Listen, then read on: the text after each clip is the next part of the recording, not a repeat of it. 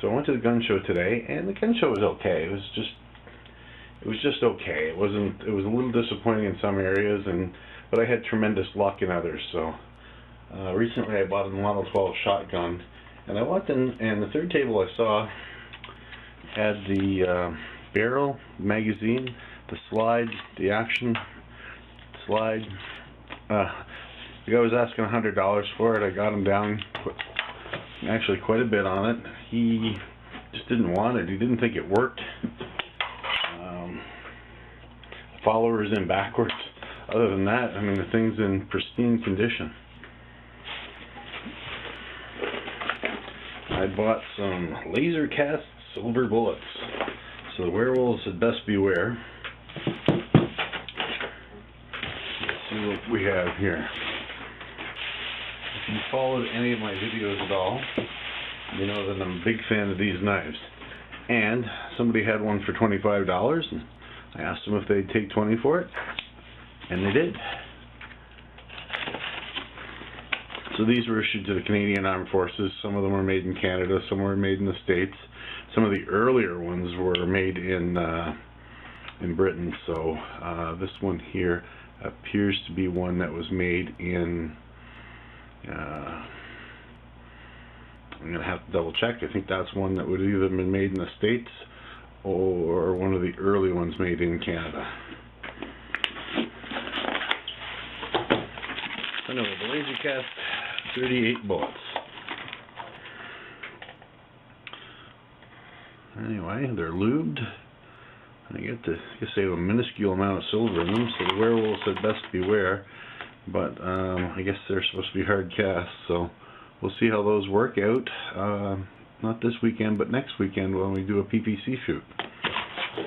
Anyway, my knife to go along with my bullets and etc. Some small pistol primers.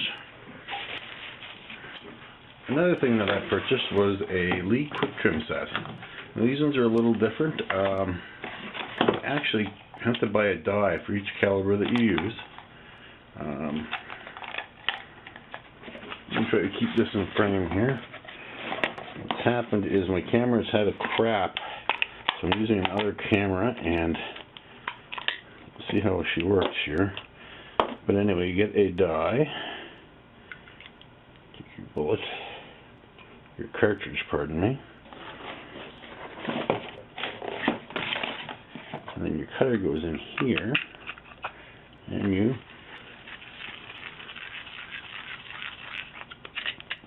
a nice little crank on that. A little bit of brass out of that. I have to yank that out. Just give me a moment. There we go. And then you get a trimmed case.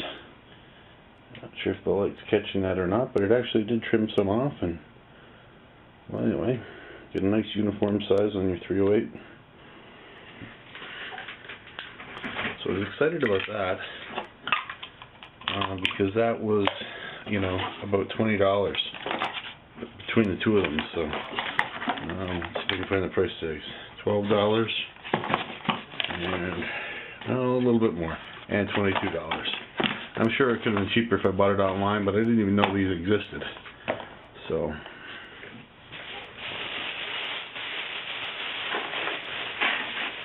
I got a shoot tomorrow for my 9mm, so at 100 rounds, and I decided I didn't want to reload, so I had 100 more. So 200 rounds of 9.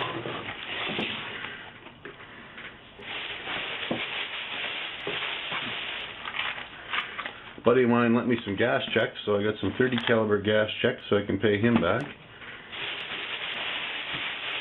So the piece de resistance is, I have to check and make sure these are actually in fact Mark 1 sights for Lee Enfield, but I've been working with the pressed sights, flip-up sights, and these appear to be Mark 1. It has the calipers that will adjust your elevation.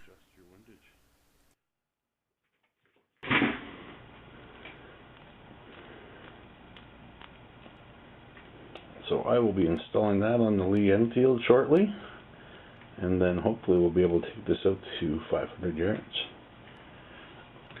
seems to be a bit of a shortage of powder here in Canada. I mean, we seem to be getting a good supply of pistol powder, but there was not a pound of Varget, $48.95. There might have been perhaps 2 pounds of 3031, and I already have what I need in that kind of powder, so I was a little disappointed. I got to mull over what I'm going to do for a new camera. My old Canon here, as you can see, has been beaten and battered. It fell off the truck the other day at the range, and that didn't damage it, but it's been so dry the dust sort of got internal, and nothing I can do seems to be able to get the motors to re-engage. So it's going to be time for a new camera soon.